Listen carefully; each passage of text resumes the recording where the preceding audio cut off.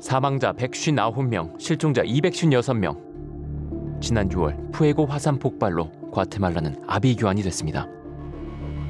화산재와 연기가 2만 미터 높이까지 솟구쳤고 뜨거운 용암이 흘러내리면서 주민 3,200여 명이 대피했습니다. 산을 타고 내려오는 시뻘건 용암은 재난 영화 속 장면과 다를 것이 없습니다.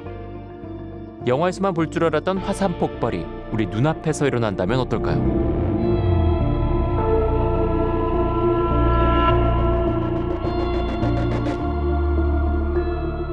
실제로 한반도에는 아직 활동력이 있고 앞으로 폭발할 가능성이 있는 이른바 활화산이 남아 있습니다.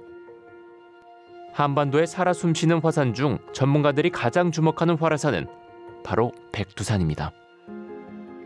최대 깊이 380m로 세계에서 가장 깊은 화산 호수인 백두산 천지. 천지의 수면은 한없이 고요하고 평화롭지만 물속의 상황은 좀 다릅니다. 지난 8월 첫날 백두산 천지의 또 다른 모습이 담긴 영상이 공개됐습니다. 중국이 물속 수십 미터 깊이까지 들어가 탐사 작업을 하고 그 결과를 처음으로 공개한 건데요. 고요한 수면과는 달리 천지의 물속에서는 수많은 공기방울이 올라오고 있었습니다. 바위 틈 구석구석에서도 하얀 기포가 뿜어져 나옵니다. 사실 이 공기방울은 마그마가스의 주 성분인 이산화탄소입니다. 백두산이 지하에 활동하는 마그마를 갖고 있는 활화산이라는 증거이기도 하죠. 백두산이 폭발한 것은 지금부터 1072년 전인 946년입니다. 그때 생긴 구덩이에 물이 고여 호수가 된 것이 백두산 천지인데요. 지난 2016년에는 백두산 폭발이 유사 이래 가장 강한 화산 폭발이었다는 연구 결과가 발표됐습니다. 그전까지는 1815년 인도네시아 탐보라 화산 폭발이 가장 강력한 것으로 알려졌는데 이때보다 더 많은 황가스가 백두산 폭발 당시 분출된 것으로 밝혀졌기 때문입니다. 그런데 2000년대 들어 백두산에 심상치 않은 움직임이 나타났습니다. 2002년부터 2009년까지 12cm 정도 융기했다가 가라앉은 백두산이 2015년 다시 들썩이기 시작했습니다. 섭씨 60도를 오르내리던 백두산 천지 주변 온천의 온도는 2015년 83도까지 오르며 뜨거워졌고 온천에서 채취한 화산가스의 헬륨 농도는 일반 대기의 7배에 달했습니다.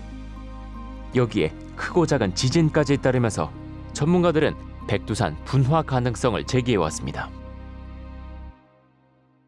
만약 백두산이 다시 폭발한다면 어떤 일이 일어나게 될까요? 946년 첫 폭발 당시 백두산의 화산재가 일본 홋카이도 지역에 5cm 넘게 쌓였다는 기록이 있습니다. 그 당시 절반 정도 양의 황이 분출되는 상황을 시뮬레이션 해봤더니 하늘을 뒤덮은 화산 분출물로 인해 석 달 만에 북반구 평균 기온은 0.5도까지 낮아졌습니다. 평균 기온 0.5도 하락은 굉장히 큰 기후 변화를 의미합니다. 1000여 년 전과 같은 규모로 폭발한다고 가정하면 그 결과는 더 끔찍합니다. 반경 60km 이내 지역은 순식간에 용암과 화산재에 파묻혀 쑥대밭이 되고 폭발 후 8시간이면 울릉도와 독도까지 화산재가 흩날리게 됩니다. 백두산 천지 아래에 있던 고밀도 이산화탄소가 대규모로 분출하면 인근 반경 50km 일대 주민은 질식사 등 큰 피해를 입을 수도 있습니다. 실제로 1986년 8월 21일 아프리카 카메룬에 위치한 칼데라 호인 니오스 호수에서 하룻밤 사이 1,700명이 사망하고 인근 동물이 모두 폐사하는 일이 있었습니다. 호수 밑에 있던 이산화탄소가 공기 중으로 방출되면서 반경 25km의 사람과 동물이 이산화탄소 중독으로 목숨을 잃은 겁니다.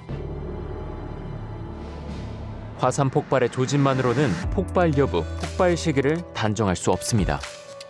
하지만 그렇다고 해서 한 귀로 듣고 흘릴 문제는 아니라는 게 전문가들의 지적입니다.